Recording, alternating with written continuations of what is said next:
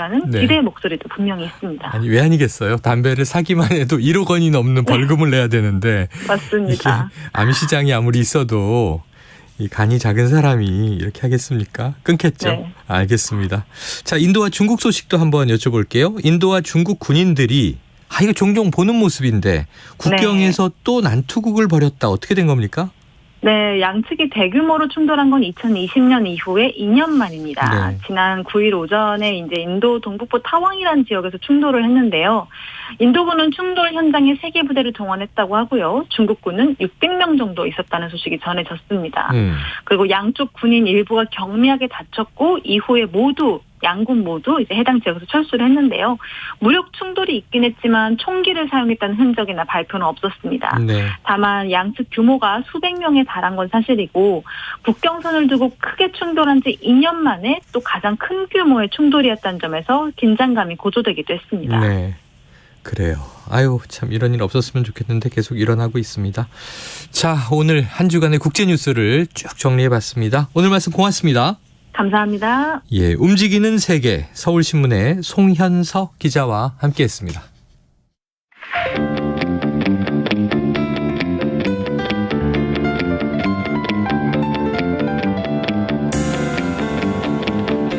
돌아가지 않습니다.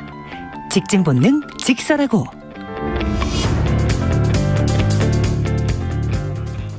네, 말 돌리지 않습니다. 할 말은 합니다. 일요일을 책임져 주실 직진 본능의 두 분, 인사이트 K 배종찬 소장 그리고 공로센터 장성철 소장 두 분이십니다. 어서 오십시오. 안녕하세요. 안녕하십니까? 네, 저번 주에 배 소장님이 네. 아니구나. 저번 주에 네네, 저번 주에. 목도리 들러오신 게 너무 부러워서 저도 목도리를 어우, 잘 어울리십니다. 오늘 아침에 영하 10도였어요. 그러니까요. 너무 춥습니다. 꽁꽁 싸매야 됩니다. 예, 맞습니다. 밖에 일하러 다니실 때 예, 정말 동상 걸리는 날씨. 큰일 납니다. 네. 네, 일요일에 이렇게 두 분 뵈니까 또 새삼스럽네요. 네. 주중에 뵐 때도 좋았고, 네네네. 네, 주말도 좋네요. 아유, 항상 뵈면 좋은 분들이죠. 네. 자, 이번 한 주를 달궜던 여러 가지 이슈들이 있는데 두 분에게 여쭤볼게요. 먼저 배 소장님, 어떤 이슈가 제일 파괴력이 강했어요? 저는 예산안이지 않을까요? 국회 다 불발된. 계속 네, 불발. 불발. 네. 그러니까 국회에 대한 국민들의 신뢰도가 점점 땅에 떨어지는 것 같아요. 네. 저는 역대 가장 최악의 국회다. 아. 그런 생각이 듭니다. 왜냐하면 아니 그러면 일 안 하면 국회의원들도 월급 받지 말아야죠. 네네. 무슨 일을 하는지를 모르겠어요. 네네. 본인들은 분명히 아니 우리가 이렇게 열심히 일하는데 몰라줘? 네. 뭐야 도대체 이렇게 생각할지 모르지만 국민들이 보기에는 해야 될 일을 해야 제대로 일을 하는 거죠. 그렇죠. 그런 점에서 저는 너무 무능하고 무책임한 국회다라는 생각이 듭니다. 자, 그럼 국회의원 이제 주당 노동 시간 69시간을 올리고 예. 임금 체계를 성과제로 주당이 바꿔야 되나요? 아니라 월간인데 월간. 국회의원 같은 경우에 연까지 되게 돼 있죠. 예, 국회의원 같은 경우에는 주당 69시간이 아니라 주당 100시간 일해야 돼요. 미국의 의원들은요. 네. 그 간이 침대 갖다 놓고 네. 밤샘 하면서 일을 해요. 예. 제가 뭐 국회에서 오래 일해봤잖아요. 그러네요. 경험자. 의원들 거의 대부분 국회 본인 사무실에다가 간이 침대 아니면은요 소파를 갖다 놔가지고 거기서 주무실 때도 많이 있다. 근데 일은 하는 거예요? 잠만 자는 거예요? 일도 하고 일 많이 해요. 일 많이 국회의원들. 한다? 네. 막 이렇게 이런 모습 보이니까 국민의 질타를 받고 있는데 네. 진짜 민원이라든지 아니면 법안이라든지 뭐 다른 여러 가지 현안들 많이 열심히 공부하고. 자, 근데 이제 여야 합의 안 되고. 장성희 소장님은 저하고 개인적으로 이야기할 때랑 방송에 이야기할 때는 너무 다르죠. 아, 그래요? 예. 전혀 다르죠. 개인적으로 이야기할 때는 국회의원들 너무 일 안 한다고. 아니에요. 그런 네. 얘기 한 적 없어요. 자, 이 진실이 무엇인지는 다음에 기회를 잡도록 하고요. 자, 이번 한 주 가장 좀 이 이슈 셌던 것 장 소장님 뭘 꼽으시겠어요? 저는 센 건 아닌데 네. 저는 앞으로 세질 것 같고 그 전국에 많은 영향 바뀜이 있을 것 같은 일이에요. 네. 뭐냐면 윤석열 대통령에 대한 여론조사 지지율. 네네. 이것이 어떤 거는 뭐 40% 넘어가고 어떤 거는 뭐 35% 넘어가고 네네. 상당히 지지율이 상승하는 거잖아요. 네네. 윤석열 대통령과 집권여당 대통령실은요. 우리가 잘하고 있구나. 앞으로 우리가 지금 하는 대로 네네. 강하게 밀어붙이자. 그런 국정 기조를 가져갈 것 같습니다. 네네. 이것이 앞으로 정치권 그리고 사회, 경제 모든 분야에 있어서 이 대통령실과 대통령의 생각과 판단을 미리 예측해 볼 수가 있을 것 같아요. 네네. 그래서 강대강대치 물러서지 않을 것 같아요. 어떠한 사안이라도 대통령과 대통령실은 전혀 타협하거나 대화하거나 하지 않고 물러서지 않는 국정기조를 유지할 것 같다. 네, 여론조사를 통해서 읽을 수 있었고 기본적으로 대통령실도 상당히 분위기가 좋아요. 좋다. 우리가 옳았다. 결국엔. 옳았다. 그래서 다음 주 여론조사도 상당히 흥미로운데 일단은 저번 주 여론조사 때문에 앞으로 이 대화 타협이 더 없어질 것 같아서 걱정스럽습니다. 야, 걱정스럽다. 결론은. 그렇죠. 네, 자 좋아요. 국회도 지금 뭐 타협이 없고 대통령실도 타협이 없고 어쩌면 이 두 가지는 또 연결돼 있는 지점이 있고 네.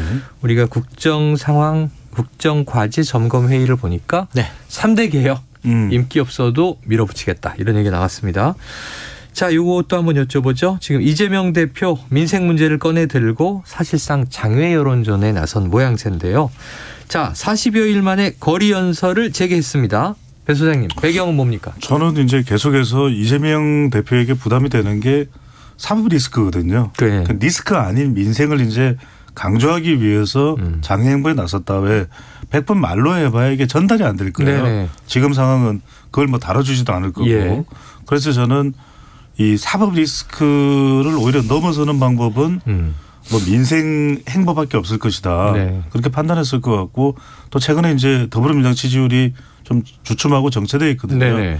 이걸 탈피하기 위해서는 중도층에게는 역시 민생이고 경제다 이념 이슈가 아니라 그래서 저는 앞으로 이제 이재명 대표의 위험 요인은 사법 리스크도 있겠지만 이 정당의 지지율일 거예요. 정당 지지율을 어떻게든 좀 끌어올리기 위해서는 민생과 중도층 이 포섭으로 가야 된다.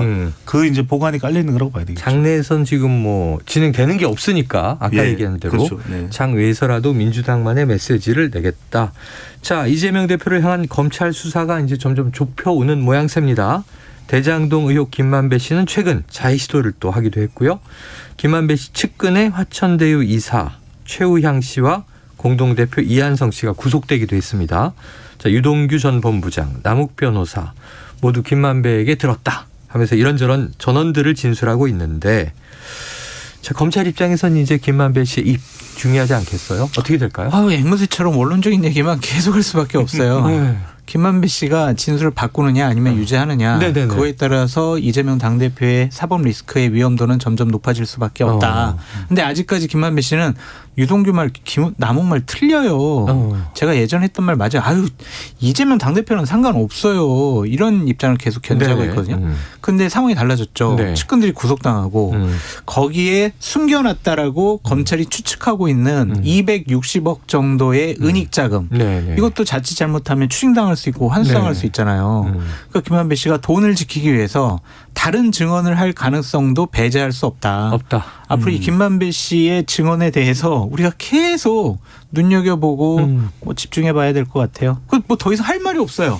아직 나온 말이 없어서. 그렇지. 김만배 씨가 스모킹 건이라고 봐야 되겠죠. 스모킹 건이다. 그럴 수밖에 없는 이유가 전반적인 내용을 다 알고 있겠죠. 그러니까 하천대유 대주주이기도 하고 또 천화동인 1호의 지금은 이제 실질적인 소유주거든요. 그런데 이제 뭐 206억의 은닉 자산 이야기가 나오고 또 1,000억 정도의 수익이 천화동인이 있었으니까 이 중에 절반 정도를 그분의 몫이다. 그럼 그분이 누굴까? 그렇죠. 계속해서 그 부분이 이제 추정되는 건데 결국에는 뭐 극단적인 선택을 시도했었다라고 이야기를 하지만 20시간이 지난 뒤에 이제 변호에게는 알린 점. 지금 또 핵심 인물이 누구냐면은 이 조폭 출신이죠. 최우양 전 쌍방울 부회장이 헬멧맨이잖아요. 이른바 헬멧맨. 헬멧맨이죠. 뉴스에 이른바. 그냥 오토바이 헬멧 쓰고 나왔어요. 뭐 이게 아주 비싸 보이는 뭐 저기 오토바이 점퍼까지 있고 전혀 얼굴을 알 수 없는 그런 헬멧맨의 이 감추어진 존재였는데 이제 체포되면서 드러났어요. 그리고 그동안 계속 이야기가 됐던 게 이재명 대표의 경우에는 쌍방울과 관련된 이야기가 변호사비 대납 의혹이거든요. 그래서 저는 결과적으로 이게 다 물려 있는 게 결국 김만배로 기결되고 있다. 그렇다면 김만배의 이 앞으로의 진술이 결정적인 스모킹 건이라고 봐야 되겠죠. 결국은. 자, 이 자해 시도라는 또 극단적인 장면까지 나왔는데 그 의도가 정말 뭐 심경 변화인지 아니면 검찰에 대한 뭐 강한 시그널인지 뭐 법조인마다 해석은 다릅니다만 앞으로의 향방은 김만배의 입에 달려 있다. 알겠습니다. 자, 그런데 요런 거죠. 지금까지는 다 워낙 진술로만 보도들이 구성되다 보니까 자, 결국은 검찰이 이 기소 이후 재판에서 뭔가 이재명 대표의 죄를 입증하려면 물증이 중요하지 않느냐. 장 소장님 좀 그 물증 가능성 있습니까? 그러니까 지금 검찰이 계속 뭐 정진상 공소장이라든지 네네네. 아니면 다른 쪽에 슬슬 흘리면서 네. 여러 가지 좀 문제가 있어요라고 하는데 명확한 게 없어요. 네네. 그래서 이것은 검찰이 입증 책임을 해야 되지 않을까 싶은데 검찰도 좀 답답할 것 같아요. 네. 김용, 정진상 다 입 다물고 있죠. 네. 김만배 씨 아직 진술을 유지하고 있죠. 그러니까 다른 정황상의 증거도 아직 확보하지 못한 것 같단 말이에요. 결국 정진상, 김용 잡으려고 네. 이 사단이 벌어진 건 아니잖아요. 그렇죠. 그래서 이재명 당대표를 향해서 최소한 소환은 하고 싶어 할 것 같은데 네. 그것이 쉬울까 그런 생각도 요즘엔 좀 드는. 예, 쉬울까? 하지만 결국에는 네. 이제 뭐 검찰이 어떤 자료를 가지고 있느냐가 중요할 텐데 예. 물증이라고 하면은 사실 이 은행의 계좌를 통했다면 네. 그게 이제 물증이 될 테고. 핵심은 돈의 예. 흐름. 그런데 누가 판단하더라도 이재명 대표의 이름이 찍혀져 있는 그런 거래 내용이 있을 가능성은 매우 희박할 것 같아요. 그걸 정치인인 이재명 대표, 그러니까 혐의가 있는지 없는지를 떠나서 누구라도 그렇게 하지는 않을 테고 그렇다면 결국은 어느 순간에 뭐 수표 거래가 있었다든지 또 이 현금이지만 5만 원 끊을 테니까 그 막대한 돈에 뭐 1년 번호라는 것은 어느 정도는 파악이 또 가능할 수도 있을 오갔다든지. 테고 제일 최초의 새 돈이었다면 그다음에 마지막에는 좀 더 추가적인 명백한 어떤 진술 내용들이 근거가 될 수가 있겠죠. 네. 자, 진술은 정황을 이제 구성하고 핵심은 돈의 흐름이 포착되면 네. 자, 그것이 과연 나올지 안 나올지는 이제 지켜봐야 될 사안이고 또 검찰의 입증 책임이 있는 역할입니다. 이게 좀 민주당 얘기긴 한데 다른 사건이에요. 네. 이 노웅래 의원 지금 체포 동의안이 올라가 있잖아요. 그런데 국회에 제출이 됐는데 지금 친전을 보냈어요. 민주당 의원들에게. 나 정말 그런 죄 없다. 보호해 주십시오. 그런데 이게 부결이냐 가결이냐. 옛날엔 다 방탄이었어요. 제 기억에 다 부결이었는데 최근엔 국민 눈높이에 맞춰서 가결도 꽤 나오더라고요. 다 돈 문제였었잖아요. 어떻게 이상직, 될까요? 그다음에 정정순, 네. 정찬민 이런 분들 다 돈 문제였어요. 네. 국회의원들이 스스로 방어하기는 국민적인 명분이 없었다라고 보여지거든요. 네. 저는 가결될 거라고 봐요. 체포동의안이 가결돼서 네. 체포된다. 네. 왜냐하면 민주당이 이거를 옹호하려고 한다, 방어하려고 한다. 국민적인 지탄을 받을 수밖에 없어요. 비판에 직면할 것이다. 노웅래 의원이 정권 탄압받은 것도 아니고 정치 보복당한 것도 아니고 민주화 운동 하다가 이렇게 수사받은 것도 아니잖아요. 그리고 검찰이 딱 찍어가지고 노웅래 죽여야지 그래가지고 수사한 게 아니잖아요. 결국에는 그 이정근 사무부총장 때문에 이런 일이 벌어졌잖아요.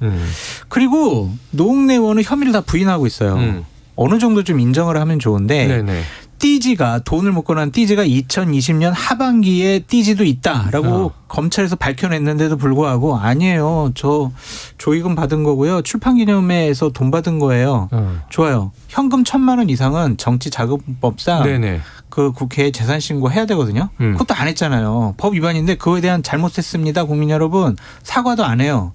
혐의도 부인하고 사과도 안 하고 혐의가 어느 정도 입증된 사람. 네. 왜 민주당이 보호해 줍니까? 보호해 줘서는 안 된다.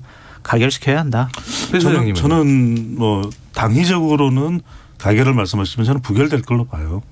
부결될 걸로 보는 것이 뭐 이제 인정상의 이유일 수도 있겠지만은 노웅래 의원이 이제 의원들에게 다 메시지를 전달했다고 그래요. 이러이러한 이유고 그리고 대체적으로 그 메시지가 전달되고 난 이후에 더불어민주당 의원들의 반응은 이 체포동의안에 동의 못 해주겠구나. 네네. 저는 또 다른 이유가 두 가지 있다고 봐요. 하나는 지금 여야 대결 국면이에요. 여야 대결 국면에서 물론 같은 사안은 아닙니다. 그런데 지금 뭐 윤석열 대통령은 국민의힘도 이상민 장관 보호하고 있잖아요. 그러니까 이 사안에서는 뭐 옳다 그러다의 문제가 아니에요. 여야 간의 대결 구도입니다. 뚜렷하게. 서로 뭉친다. 지금 해임 건의안까지 내고 있는 상황에서 그럴 것이고 또 하나의 이유는 뭐냐면 이렇게 해서 가결이 되면 또 이재명 대표에 대해서도 이런 또 요구가 또 올 수 있을 가능성이 상당히 높아지거든요. 저는 그런 차원을 차단하기 위해서라도 부결 가능성이 상당히 높을 것 같아요. 그래요. 자, 요거 하나 여쭤보겠습니다. 지금 이 사안 두 개를 보면 이재명 대표에 대한 사법 리스크, 또 노웅래 의원의 체포 동의안 처리 이게 또 서로 교차 관계가 있잖아요. 그러니까 예를 들면 이렇게 되면 아이고 대표도 방탄할 거 아니야. 뭐 이런 또 여론이 나올 수도 있고 혹은 역으로 대표는 방탄하는데 이제 일개 의원은 버려두나 뭐 또 이런 결이 될 수도 있고. 근데 이 상황에서 지금 연말에 제일 관심이 높은 건 사면론입니다. 김경수 전 경남지사. 사실은 나는 반대하오 하는 입장도 밝혔는데 장 소장님 사면 됩니까? MB는 사면이 될 것 같은데 김경수 지사에 대해서는 사면이 좀 아리까리 죄송합니다. 애매모호하다. 애매모호하다. 네. 라고 말씀드릴 수밖에 없습니다. 그러니까 김경수 지사는 죄질은 좀 나빠요. 민주주의의 꽃인 선거에 대해서 여론 조작을 했다라는 드루킹 댓글 조작 사건에 연루되어 있고 또한 본인도 가석방 불언설을 냈어요. 나는 혜택 받지 않을래요. 나는 윤석열 정권에 탄압받는 정치인의 이미지를 갖고 가고 싶어요. 네. 그게 다음번 내가 정치하는 데 큰 도움이 될 것 같아요. 네. 라는 정무적인 판단을 한 것 같습니다. 네. 그리고 뭐 사면이 거래의 대상이 돼서는 안 되잖아요. 네. 자, 우리 쪽 한 명 해줬으니까 저쪽도 한 명 해줘야지. 그렇게 해서는 안 될 거다라고 보여지고 저는 김경수 지사만큼은 사면 안 해줬으면 좋았던 게 좋은 게 뭐냐면 아까 선거에 있어서의 댓글 여론 조작도 했지만 대법원 판결까지 났잖아요. 네. 이 김경수 지사는 유죄라고 대한민국 사법 시스템에서 판정을 내렸는데 나는 무죄예요. 나는 잘못하지 않았어요. 반성하는 기미도 안 보입니다. 네. 이런 사람 왜 가석방해주고 왜 사면해줍니까? 저는 절대로 해주면 안 된다라고 말씀드립니다. 그래요. 그런데 장 소장님 말씀에 어폐가 있는 것이 이명박 전 대통령에 대해서도 유죄라고 선고했잖아요. 그럼 이명박 전 대통령은 고령이기 때문에 나이가 많고 전 대통령이기 때문에 사면을 해야 된다. 그것도 저는 그러면 일반인 중에서 지금 제가 사면해야 된다고 얘기한 게 아니라 배 소장님 사람들 중에서 배 소장님 지금 고생하면서 복역하고 있는 사람 없겠습니까? 제 얘기를 무시하는데 좀 경고 좀 주세요. 또 하나는 뭐냐면은 제가 이야기를 하는 도중이니까요. 이게 이야기하는 도중에 막 소리 지시는 건 예의가 아닐 거예요. 국회에서 행태를 보는 듯합니다. 장 선생님 요즘에 방송 너무 많이 나가신다고 오만해지신 것 같아요. 그다음에 또 하나는 뭐냐면 그 사면이라는 것은 검토하지만 복권은 아니다. 이런 이야기가 나오는 것은 뭐냐면 사실은 이명박은 되고 김경수는 안 된다는 이야기예요. 그 이야기가 드루킹 이야기보다도 더 여기서 이제 일종의 김경수 포비아가 있는 거죠. 김경수가 나오면 당장 그럼 총선부터 출마하면 이것도 타격일 수 있고 PK 지역에 그리고 또 2026년에 지방선거도 있고 27년에는 또 대선이 있거든요. 그렇다면은 김경수 전 지사에게는 정치적 기회를 줄 수 없다. 세 번째는 뭐냐면 일각에서 뭐 이런 이야기를 해요. 김경수 전 지사를 내보내서 복권시켜서 오히려 이재명 대표와 대결하게 만들었는데 대항마로 만들자. 네. 그런데 두 사람이 손잡으면 어떡할 거예요. 그럼 다 다른 이야기잖아요. 네. 저는 MB를 사면해 줘야 된다라고 얘기한 적이 없고요. 사면될 가능성이 있다고 얘기했는데 될 것 같다. 저보고 MB 사면은 하라고 그러고 김경수 사면 하지 말라고 그러고 그런 프레임을 씌우는 것은 부적절하다라고 토론에 조작을 안 했으면 좋겠는데 제가 말씀을 드렸죠. 이명박 전 대통령도 유죄 선고를 받은 것이다. 맞잖아요. 그러면 사면이란 유죄인데 김경수 전 지사도 유죄 선고를 다 똑같다라는 거죠. 그 말씀을 드립니다. 아니 그런데 저한테 왜 MB는 사면해 주라고 하냐고 그러셨잖아요. 자 다음 주제로 넘어가겠습니다. 자, 뭐 두 분의 취지는 충분히 이해했어요. 그러니까 이제 이게 선거 관련해서 여론 조작은 중죄다라고 이제 강조를 하신 거고 그렇다면 이제 배 소장님은 뭐 뇌물은 중죄 아니냐. 그것도 중요해요. 이게 국가 지도자 입장에서 국민들은 다 엄중히 볼 겁니다. 근데 사면 안 해줬으면 좋겠어요. 다 사면권 없앴으면 좋겠어요. 그러니까 정치인 사면은 원래 극도로 제한한다고 그랬었잖아요. 우리가 당해와 현실은 구분해야 되는데 저도 이제 당해는 그렇게 하지만 이명박 전 대통령 사면할 거예요. 할 거다. 자, 그런데 아까 이제 잠깐 배 소장님 얘기하신 거에 장 소장님 의견을 들어볼게. 지금 여권의 속내에서 보도되는 내용들을 보면 자, 일단은 김경수 지사를 뭐 가석방 할 거냐, 안 받을 것 같고 본인이 또는 사면할 거냐, 복권 없이 복권까지 해줄 거냐, 자격정지도 풀 거냐. 근데 거기에 따라서 민주당 내에 김경수 전 지사가 이제 복귀할 경우에 이재명 대표의 리스크를 좀 보완할 하나의 이제 대체제가 될 것이냐. 좀 이제 여권의 속내가 복잡하다. 이런 분석이 많이 나와요. 어떻게 보세요? 근데 복권을 안 해주면 2027년도까지 정치 활동을 할 수 없기 때문에 김경수 지사가 선거에도 야권에서 어떠한 정치적인 위상을 갖기에는 좀 어렵다. 적절하지가 않은 것 같다는 생각도 들고 또한 대중 정치인이 아니에요. 그리고 김경수 지사는 문재인의 누구, 노무현의 누구 이렇게 어떠한 반사체로서의 역할이었지 혼자 친문계의. 발광체는 아닌 것 같아요. 그러니까 정말 국민의 광범위한 지지와 성원을 받는 대중정치인으로서 민주당 진영에서 많은 환호와 지지를 성원을 받는 사람이냐? 그것까지는 아니라고 보여지거든요. 그만큼 아직은 정치적인 역량을 갖추지 못했다. 네. 그래서 어떠한 이재명 당대표의 대체제 아니면 보완제 이런 역할을 하기에는 쉽지가 않아 보인다라고 말씀드립니다. 네. 저는 조금 다른 차원에서 접근을 하는데 사면도 거절을 할 가능성이 높습니다. 네. 왜냐하면 본인은 이명박 전 대통령의 사면에 덜러리기 싫다는 것이거든요. 그 얘기를 했죠. 그 이야기는 뭐냐면 오히려 정치적인 몸집을 더 불리겠다라는 의미고 불과 지금 몇 개월 안 남았거든요. 내년 5월이면 만기 출소죠. 그러면 나와서 총선을 한 1년이 앞두고 저는 오히려 이재명 대표의 지킴이 역할을 할 걸로 봐요. 오히려. 네네.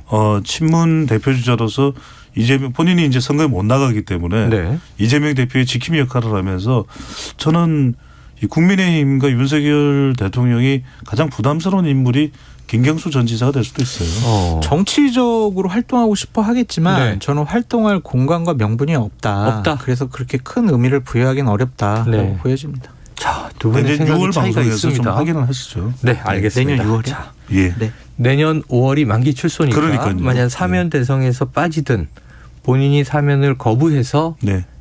끝까지 복역을 하던 어떤 변화가 있는지 지켜보도록 하겠습니다. 네. 자, 지금 이 윤석열 정부 이 문재인 케어 지우기 아니냐, 건보 개혁 문제, 또 주 52시간제 전면적인 노동시간 유연화 개편 이런 것들이 이제 전 정권 지우기다. 그러니까 이제 이 오바마 케어를 트럼프 전 대통령이 다 뒤집을 때처럼, 그러니까 다 오바마식은 다 배제. 예. 그런 흐름이냐? 그런 흐름으로 보십니까? 문재인 케어는 손을 봐야 돼요. 왜냐하면 건강보험 이대로 가면요 지속 가능하지가 않습니다. 내년부터 1조 4천억 원의 대략 건강보험 재정 적자가 예상되고 있어요. 물론 민주당 진영에서는 아니 2021년에 2조 5천억 정도 이익이 났잖아. 그건 코로나 때문에 특수 상황이었기 때문에 많은 분들이 그냥 코로나 때문에 병원에 갔었지 다른 질환으로 병원에 간 것이 줄어들었기 때문에 건강보험에 흑자가 났는데 대략 2050년도까지 가면은요 그 한 해만 대략 250조의 건강보험 재정 적자가 나온대요. 그럼 이거 건강보험 개혁하지 않고서는 지속 가능하지가 않고 우리 후손들은 건강보험 혜택을 받을 수가 없어요.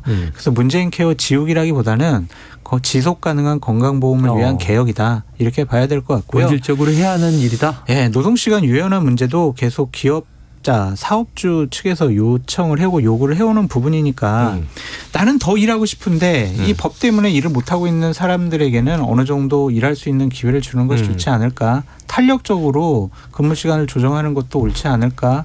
그래서 이 부분은 옳다고 하더라도 이 정부가 밀어붙이게 하지 말고요. 노동자들과도 얘기를 하고 또 시민단체 야당과도 충분히 논의를 해야 야당의 협조를 받아야 노동법 개정될 거 아니에요. 그렇죠. 자기들이 이게 맞는 것 같아.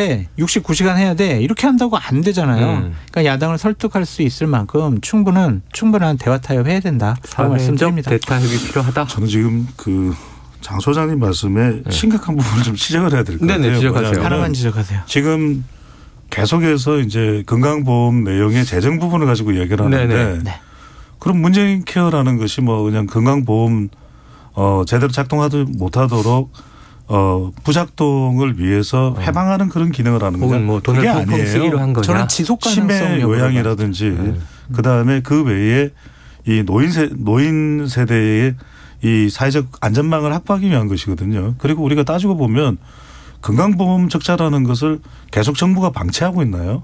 절대 방치하고 있지는 않아요. 그리고 건강보험 수혜라는 것은 어느 정도 일정한 연령에서는 그것이 중단되는 겁니다. 왜냐하면 120세, 130세까지 살 수가 없어요. 그런데 그런 것까지도 다 연계해서 2040년이 되면 600조 이상의 적자가 날 것이다. 그래서 바닥이 날 것이다. 거덜 날 것이다 얘기하는데 그때까지 그런 걸 방치해두고 있나요, 정부가? 말이 안 되는 이야기인 것이고. 그러니까 그래서 개혁하자고요. 그 문재인 케어에서 충분히 우리가 살릴 만한 것은 얼마든지 살릴 수가 있는 것이고, 그리고 또 문재인 케어가 문제가 아니라 건강보험에 우리가 이 일종의 보장률이라든지 이런 부분들을 더 폭넓게 고칠 필요가 있는 것이지, 이렇게 가장 공격할 수 있는 그 부분을 확대 이 침소봉대를 내서 공격할 내용은 아닌 거고, 또 하나 이 근로시간 유연제 부분도 또 업종이나 이런 부분에 대해서는 시간에 대한 유연성이 필요하다는 얘기는 여러 번 되어 왔습니다. 그 부분은 검토할 수 있는데 어떤 내용이 들어가냐면 두 가지가 들어가 있어요. 하나는 임금 관련된 부분을 조정할 부분. 그러니까 이건 굉장히 대기업에 유리한 조건이 될 수 있죠. 그다음에 또 하나는 뭐냐면 일부 노동운동에 대한 제약도 있어요. 그러니까 이런 부분들은 일방적으로 갈 내용은 아닌데 대체적으로 이런 내용에 대해서 굉장히 사회적으로 부정적인 이슈만 강조를 하고 있다는 거죠. 네, 알겠습니다. 그런데 일부 노조의 강성한 대응 그리고 경영권까지 침해하는 모습들은 분명히 노동개혁 차원에서 해결이 돼야 된다라고 보여져요. 기아자동차 화성사업소 새로 전기차 공장 설립하려고 해도 노조들이 반대하니까 못하잖아요. 알겠습니다. 이런 신사업 투자를 못하게 하는 노조가 과연 옳으냐. 그 점은 분명히 논의가 돼야죠. 그러니까 노동계 이 부분은 꼭 말씀드려가지고 노동계에서도 강성노조나 그럼 강성노조만 있습니까? 또 이제 노조의 내용 중에는 사업자의 부당한 행위에 대해서 중대재해처벌법처럼 주장하는 내용도 있잖아요. 노동자 그러니까 권리의 보장 약자인 문제. 노동자의 내용을 받아들일 부분은 받아들이고 또 지나치다 싶은 부분은 알겠습니다. 조정하는 게 맞겠죠. 하나만 말씀드릴게요. 노동자들은 약자지만 그 일부 기득권화된 귀족 민주노총의 간부들은 약자라고 보여지지 않아요. 그들의 기득권과 권력을 유지하기 위한 수단으로 노조들이 이용당하면 안 된다. 이 주제를 가지고 이제 열린 토론에서 따로 한번 이제 100분간 토론을 해봐야 될 것 같고요. 열린 토론에서 연락이 안 오네요. 아, 그래요. 자, 지금 속보가 하나 들어와 있어요. 여야 원내대표 이 오전에 예산안 협상 관련해서 법인세 등 2개 쟁점만 남았다. 근데 이건 새로운 건가 싶은 생각이 들어서 같은 내용을 계속해서 같은 내용을 앵무새처럼 반복하고 있는 거예요. 반복 다음 주에 될 거예요. 아니면 무능한 국회죠. 지금 느낌상으로 뭔가 뭐 거의 좁혀졌고 마지막 쟁점이 남아있는 것 같습니다. 자, 지금 KBS 1라디오 이 시사본부 2부 직설하고 듣고 계신데요. 지금 시각이 벌써 1시 44분 넘어갔고요.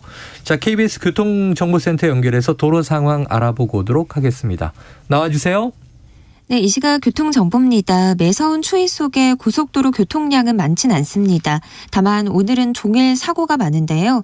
경부고속도로 서울 방향 청주휴게소에서 목천까지 11km 정체고요. 판교 부근 5차로에서 사고 나면서 밀립니다. 도심에서는 양재에서 반포까지 속도 떨어지고요. 제2중부고속도로 하남 방향 경기 광주 분기점 1차로에서 사고 나면서 부근으로 꽉 막혀 있습니다. 중부 내륙고속도로 양평 가는 길 충주 분기점 부근 1차로에서 사고 났고요.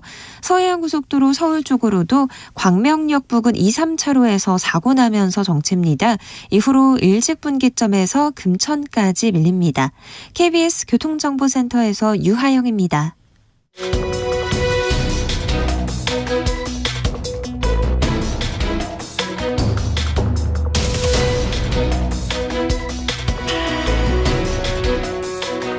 여러분께서는 직진 본능 직설하고를 듣고 계십니다. 네, 날씨가 꽤 추운 주말 토요일이었던 어제 오후에 이 화제가 된 뉴스가 있어요. 이거 한번 대비해서 보겠습니다. 윤 대통령 부부가 어제 서초동 주민들과 작별 인사를 나눴다. 이제 한남동 관저로 완전히 이사 가지 않았습니까? 서초동 시대는 끝났는데 자, 그런데 이제 공교롭게 어제 저녁이 또 이태원 참사 희생자 49제가 있었던 날이에요. 이 두 개의 기사가 이렇게 교차돼서 보도되다 보니까 과연 대통령 행보가 적절했느냐 이런 비판이 있어요. 배 소장님 어떻게 보십니까? 글쎄 저는 이제 국민적 위로와 또 대통령의 개인적인 교류 어떤 게 더 중요할까. 뭐 개인적 교류도 필요할 겁니다. 굳이 또 49제가 있는 날 하지 않는다고 해서 누가 뭘 할 사람도 없을 겁니다. 그런데 이태원 참사는 여전히 우리 국민들 영원히 잊지 못할 겁니다. 이 먹먹한 그 고통 그리고 특히 유가족들은 더 심각하겠죠. 그럴 때 대통령의 따뜻한 말 한마디 마음의 위로 그건 뭐 천건 만건보다도 더 클 겁니다. 그렇다면 적어도 49제 또 대통령도 이태원 참사 직후에 종교 행사에서도 그렇게 마음을 표시했지 않습니까? 이건 위로라는 것은 한두 번 가지고 되는 것이 아니라 마음이 정말 가라앉을 때까지 장시간이 걸리는 겁니다. 그래서 저는 메시지를 보내고 또 챙기고 대통령이 직접 가면 좋겠지만 가지 못하더라도 얼마든지 이 정부의 인사. 누군가를 대신해서 국무총리든 갈 수 있는 것 아니겠습니까? 이게 이렇습니다. 보통 위로라는 것은 우리가 10을 주었다 해도 5나 4밖에 못 받았다고 생각할 겁니다. 15나 20을 줘야 겨우 간신히 한 10 정도 받았다. 이렇게 생각한다는 것은 우리가 일종의 마음의 심리적인 이 법칙을 보더라도 그런 부분들을 감안해야 되는 것이겠죠. 네, 장 소장님 어떻게 보셨어요? 아무리 생각해도 대통령의 행보와 메시지는 옳지 않은 것 같아요. 네네. 참사 관련해서는 49제와 관련해서 네네네. 그러니까 대통령이 49제 안 갈 수도 있어요. 그리고 참모들 안 보낼 수도 있어요. 그래도 그 49제에 맞는 분위기에 맞는 그러한 행보와 메시지는 낼 수 있었다고 네네네. 생각을 해요. 자칫 잘못하면 대통령께서 아크로비스타에 가서 예. 그 예전에 있었던 이웃들에게 떡 돌리고 강하지 않고 있는 이 모습 그리고 소상공인 무슨 행사 가셔가지고 술잔 사는 이 모습 이거는 조롱하고 모욕하고 약 올리는 것처럼 비칠 수가 있어요. 그렇죠. 이거 대단히 부적절한 행동을 하셨다라고 볼 수밖에 없고 이것이 대통령의 판단인지 아니면 참모들의 건의인지 알 수는 없지만 정무적인 기능이 마비됐거나 아니면은 12구 이태원 참사를 보는 대통령의 인식과 판단이 대단히 부적절하고 잘못됐다라고 볼 수밖에 없어요. 네. 이것이 지난주 금요일 날에 있었던 국정과제 점검 회의에서 굳이 이상민 장관 나오셨나 이러면서 이상민 장관을 찾는 모습과 오버랩 돼가지고 이태원 참사에서 여러 참사를 당한 유족분들은 마음의 상처를 훨씬 많이 받았을 것 같아요. 그래서 저는 이건 큰일 났다라고 말씀드립니다. 알겠습니다. 자, 앞으로 어떤 전환점이 만들어질지 49제는 지났고 또 유가족들은 이제 시작이다 이런 얘기하고 있고요. 지금 생존자 고등학생이 안타깝게 또 극단적인 선택을 하면서 기억해달라 이런 이야기를 하고 있습니다.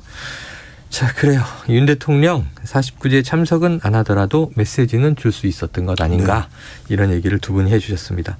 자, 이제 여권 소식으로 좀 넘어가 볼 텐데요. 이제 지금 뭐 올해 얼마 남지 않았고 새해 훅 오잖아요. 그렇습니다. 네. 그 겨울 지나고 이제 뭐 한 3월 훅 오면 전당대회인데 자, 이게 윤 대통령이 사석에서 했다는 발언으로 전해진 것이 자, 당원 100% 투표가 좋을 것 같다. 자, 룰 바뀝니까?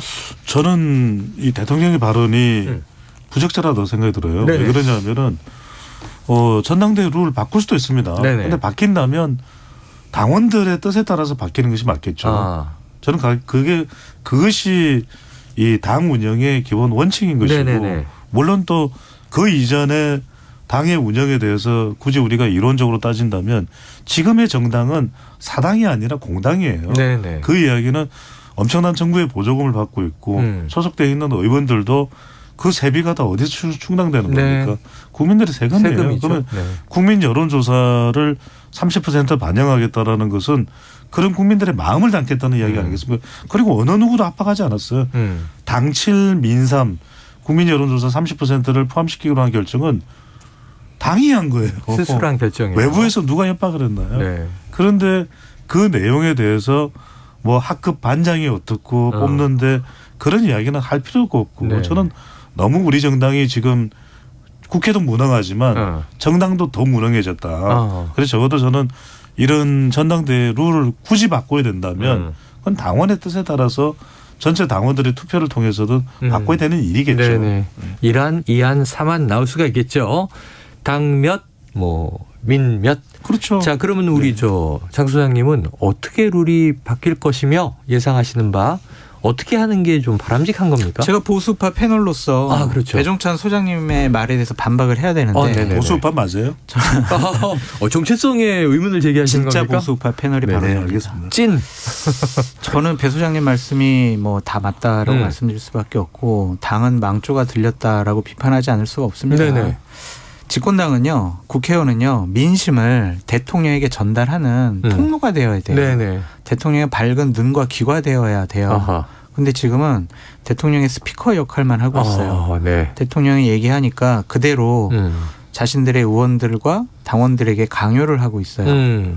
그게 맞나요? 민주정당임을 포기한 것 같습니다.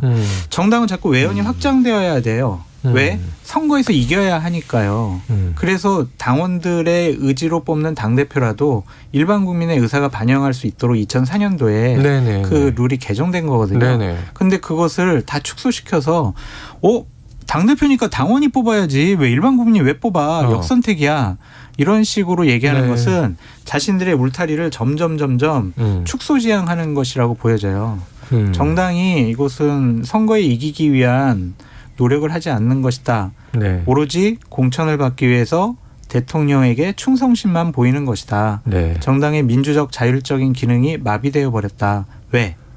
유승민 안 되게 하기 위해서. 네네네. 특정을 위해서 룰을 고친다는 것 자체가 정당으로서 존재감, 생명력을 잃어버렸다라고 볼 수밖에 없습니다. 저 장성철 소장님께 오늘 드디어 공감하게 되네요. 드디어? 항상 공감했잖아요. 그러니까 처음에는 보수파 패널로서 이 배 소장의 발언에 내가 반론을 제기하지 않을 수 없다고 했는데 결론은 상당히 좀 공감대가 있습니다. 그래요. 그러면서 저는 지금 장 소장님 뵈니까 과거에 김무성 대표 보좌관을 지내셔서 생각해보면 지금 전당대회에서 당원들의 의사에 따라 당 지도부가 선출되는 것도 옳지만 말은 그게 당신과 민심이 과연 이렇게 격리되는 건가 싶기도 하고. 근데 최영훈님 우리가 민주당도 얼마 전에 전당대 했었잖아요. 전당대 하면서 각 당에서 제일 신경 쓰는 게 뭐냐면 흥행이 될까? 흥행. 국민적인 관심을 끌까? 그렇죠. 이걸 되게 신경 쓰잖아요. 맞아요. 근데 당원들만 뽑아요. 체육관 안에서 와. 국민들이 관심을 가질까요? 그래서 옛날 생각이 난 게 김무성 대표 때 국민 공천 100% 이런 얘기를 하던 시절도 있었다. 얘기가 맞아요. 공천권을 국민에게 돌려드리겠습니다. 그러니까 이제 미국에서 오픈 프라이머리 제도인데 그게 얼마나 또 국민들의 일반 국민들이 여론도 반영되는 거잖아요. 때가 얼마나 바뀌었나 바뀐 게 없는 것 같은데 싶습니다. 오늘 시간이 다 됐습니다. 아이고나. 야, 지금 아주 재밌었습니다. 직진 본능 직설하고 인사이트 K 배종찬 소장, 공론센터 장성철 소장 오늘 고맙습니다. 자주 불러주십시오. 네, 자 속보가 하나 있습니다. 합참이 오늘 오전 발사한 북한 미사일은 모두 2발이고요. 미사일 발사 시각은 오전 11시 13분 그리고 낮 12시 5분이라고 발표했습니다. 자세한 내용은 이어지는 뉴스를 참고해 주시고요. KBS 1라디오 일요일에 시사본부 여기서 마무리하고요. 저는 내일 월요일에 찾아뵙도록 하고 정관용의 시사본부는 다음 토요일에 찾아뵙도록 하겠습니다. 청취해 주신 여러분 고맙습니다.